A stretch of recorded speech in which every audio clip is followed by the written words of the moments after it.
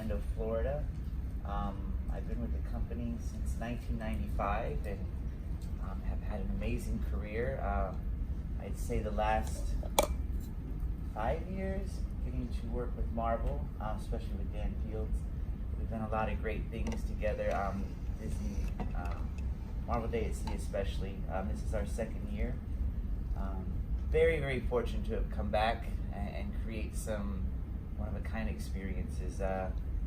To be able to say, hey, would you like to work on Marvel? I cried first and said yes. Happy tears. Yeah, happy tears, of course. Yeah, I mean, I know I'm gonna ramble, but as a kid being a fan of this stuff and not really understanding why I'm such a fan, and to see why, you're destined to do something, it was, my goodness, so humbling and a real life-changing moment for me. So when you're a kid reading these comic books, you don't think, one day I'm gonna do a stage show at Disney, but you want to do something. And for it to actually happen is an incredible experience. Sorry that you're hearing too much about my life, but so I've been ready for this for years, and to have the opportunity to bring these heroes for our guests on the ship has been an incredible experience. Huge undertaking, an amazing team. And my vision has been to make these heroes as fantastic as they are on screen and in the comic books. And I think the team does a good job making that happen. Excuse me, I'm Dan Fields. I'm Executive Creative Director for Walt Disney with Disney Parks Live Entertainment, part of Imagineering. So I'm based in Glendale, California. My role as an Executive Creative Director for the last almost 12 years has been to conceive of entertainment projects for whatever the site's need is, pitch it to the entertainment leadership, the Imagineering leadership, the site leadership, and then ultimately put together a creative team that will create the details and oversee the whole creative process through the opening night. So for the last few years, my specific responsibilities have been all of the Marvel live entertainment in all of our parks and ships, which has been both the seasonal kind of product like Marvel Day at Sea, as well as the lands that we've developed that you might have heard about yesterday in Disney California Adventure, Disneyland Paris, and Hong Kong Disneyland. So it's a broad range of activities, but I get the pleasure of thinking about the big ideas, the overall strategic execution, and then the true pleasure of working with brilliant superfans like Tony, who have the directing skills and the writing skills to capture the voices of the characters as they make their way to you and to the guests. Questions? It's amazing that the cast yesterday was the same person throughout the whole day, even in the show. So are they stunt performers first, or are they just, how do you find those people? Like Spider-Man especially coming. Well, I'm just thinking, yes, I have two answers, but I want to hear which one you have. Well, I can tell you the cast from the main stage shows. As you know, you see them in multiple shows, and they're hired for the breadth of their skills. They're amazing triple threats, we call them, right? They can act, they can sing, they can dance, and they do it all. You see them around the ship, and it's part of the pleasure, for me at least, when I'm on the ships, to see all the different forms that those talented people take place in. I feel like I form a relationship with them. The Marvel heroes are the Marvel heroes. They live in our world. They're not, I don't know what you mean. But they come prepared. but they come prepared. Yeah.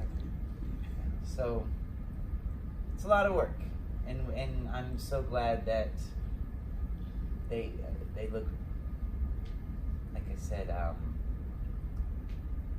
I don't know. I'm trying to be skirt the issue, but they're You're fantastic. trying to be on the record and off the record. Yes, at the same yes, time. because I want. It's a lot of work, and our heroes and our Hydra should be very proud of what they do and the leaps and bounds they accomplish in the process. Yes. The intro to the show talked about seeing stunts that have never been performed at sea what of the show is unique to the Marvel Day at Sea? The types of things that you saw on the show last night weren't necessarily things individually that you hadn't seen, but to put them all together into one show. And I think what Tony unlocked as the show director and writer of that was a deck party show that actually was taking place in real time in real space. I think that was, for me, the innovation that he really unlocked for this experience, and why I think it's unique on the seas. And we always strive for an immersive, inclusive opportunity with our shows, but the way you found a way to make the fireworks, which you all come to know and love on the ship in other occasions, actually part of the story, I think that took it to a new level. That was one of the first things too, is I love the idea of fireworks being the explosive finale of the story we're a part of. So they kind of started from there. I loved the idea of utilizing video to showcase some of the things that might not be easy to do live yet. I'm not saying we have a plan. I'm just saying one day, 20 years from now, who knows what we can do. Jetpacks. Yeah, exactly. Yeah, again, I have an editing background and a lot of storytelling, and I love video. I love movies so much, and to be able to say, oh, you're not seeing this, but this is really happening. And again, like Dan was saying, the fact that a Hydra agent's coming from the audience instead of you passively watching a show. The idea that Tony Stark is throwing this thing in, of course, everything he builds, all the bad guys want. So it made perfect sense. And he's kind of a blowhard, so he would do it on a cruise ship, and to enable, what is it when you, not entitle or enable, just role playing the guest. The guest had a role. We were all the guest of Tony Stark, which makes perfect sense. So yeah, it was just to have fun with that. And it just kind of all happened so much easier when you don't worry about the restraints of those kind of things. It's like, come be a part of this story. No fourth wall. Yes, yes, and that's what's great about these characters, that they interact with each other, they know each other, they can reference stuff that happens in our world. So it's awesome. I think we as Disney enthusiasts, when we come to a Disney experience, it's not that our expectations are met, they are exceeded. And last night's show was absolutely like on par with that. As a huge, not cruise fan, but Marvel fan, I was grinning ear to ear. But a lot of times I pay attention to the guests as much as I pay attention to the show, which was very difficult last night because the show was so dynamic. And one of the things I loved was how the show appealed not just to the kids who very much felt like they were part of it because of where they were sitting, and many in costume, but the adults as well. Everybody was smiling. There were audible gasps as certain surprises happened. How do you sort of create that wonderful balance for a show that appeals both to kids as well as many of us who are Disney and Marvel enthusiasts as well as adults? I think I have a great answer, but do you want to? No, go right ahead. So Especially if it's a great answer. here's the reality. You show Spider-Man, kids are excited. You show Iron Man, kids are excited. That's easy. You show them flying over their head, they're done. It's the greatest thing they've ever seen. So that part is covered. I want to show that I'm going to enjoy watching as well. So to write it as just like a film, the humor, if it goes over a kid's head, they're going to get it 20 years from now, like Bugs Bunny, you know? I mean, Mickey shorts. But you know, there's when I first started Disney, I had a show director I worked on. I don't know if you know Mark Renfro. I was on Star Wars weekends, and I would write great jokes for the Star Wars fan. And he said, "Not the whole audience is not Star Wars fans. You're gonna have one Star Wars fan out of 10. Is your grandma gonna get that joke?" And I said, "No." He said, "Well, your grandma's got to enjoy it too." And that has stayed with me my whole career. We need to make shows that any guest can enjoy. The Marvel fans will understand oh, Peter Parker's a reporter, oh, he's Spider-Man, that's great, but everyone else is enjoying him flying over their heads. So I take that very seriously, that most of the show is for anyone, but there's a few nuances that the fan goes, oh, they know what they're talking about. So, yeah, I take that very seriously. It should be something entertaining for everyone. We have a kids space, and I know you all can't go in there. I do the same thing there, too. The kids sometimes don't fully understand the urgency, but because it's so much more real and it's not talking down to them, or it's at a level that they're used to seeing in the animated series and the movies, it's more real. And like when a bad guy appears, there's urgency, and then when they beat the bad guy, it's something that they go, I did this. So I love making these characters and these heroes as real as possible. I would also say, to your credit, because you know the films and you know the animation. You know, a lot of people had asked when we were proposing doing Captain Marvel as part of this. Well, will the guests know who she is? Well, Tony knows full well that Captain Marvel has been part of the animated series for a while. So your kids may know who she is much better than you do if you're really only tracking along with the feature film. So understanding the layers of and the comics as well. So understanding the background of the characters in a deeper way is another way, at least with Marvel, that we can make sure we're appealing to everybody. Yeah, it is neat to throw in comic stuff, TV stuff, and movie stuff all together, so that, like I said, if someone who knows everything, that's for them. But still, I mean, fireworks and flips and fights is exciting for, I hope, everybody. Yeah, definitely. And Groot dancing. Oh my gosh. Yes. Can we have Groot all days of the sea voyage? It's funny because all the work, and you hear the cheers, but the fact that Groot coming out and screaming, I mean, the audience screaming louder than, and then when he says, I am Groot, they go bananas, like, could have saved us a whole bunch of time. Come out of it, I am Groot. Yay, the show's over. I just got off the elevator and someone was coming out of the Animator's Palette who was seeing Groot this morning, and I heard a woman say, dancing with Groot before breakfast. That's a pretty good day already. So I think. Well, Groot's so awesome because whatever he says is exactly what you want him to say. Exactly, your filter. You hear what you want to hear. Yeah, and I love that about R2-D2. There's some characters that just, they're magic because they're perfect, like Chewbacca. So, actually. With so many aspects going into the show, I was like, how long ago did you start planning that particular show? And when did you do Stan Lee's recording with his passing? I was just curious, was there ever a time you guys said maybe we should hold this because he just passed away, or was that always going to stay regardless? You want to take the timing question? Yeah, so I remember sitting with Dan during, was it the first or second Star Wars Day at Sea? First Star Wars Day at Sea, which was 4 years ago. We were at dinner laying out what would we do. And then you've been on it before that, or talking about it, I guess.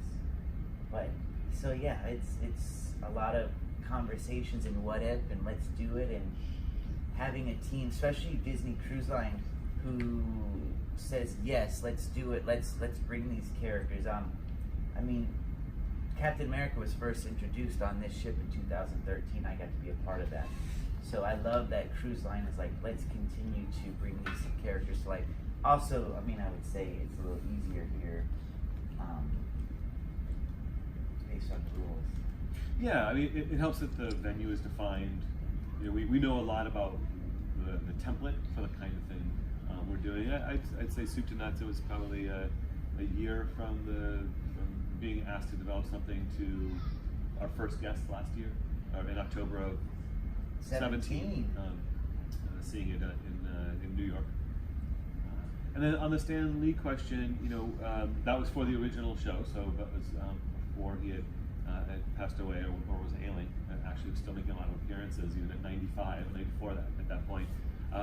And we went to Marvel with that request, just like anybody else on his team who had requested a cameo, and made sure that we were doing it in the same style and feel, sort of the unattributed cameo that he loved to do in the films, and so that his passing didn't remove that role from us. We did ask just to make sure everybody was okay with it, but it's part of his legacy.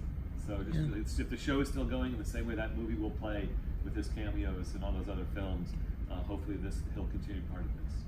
Thank you. And I think it was a good call to hear the response. Yes. Oh gosh, That was- to see him on Yeah. the screen was Yeah. just amazing. Yesterday, I was at the talks yesterday. We talked a little about the philosophy of heroic encounters.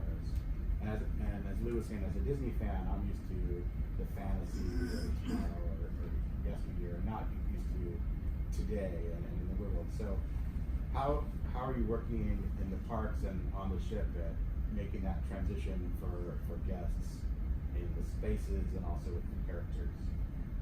And it does apply to the parks where we get to do a lot of these as well.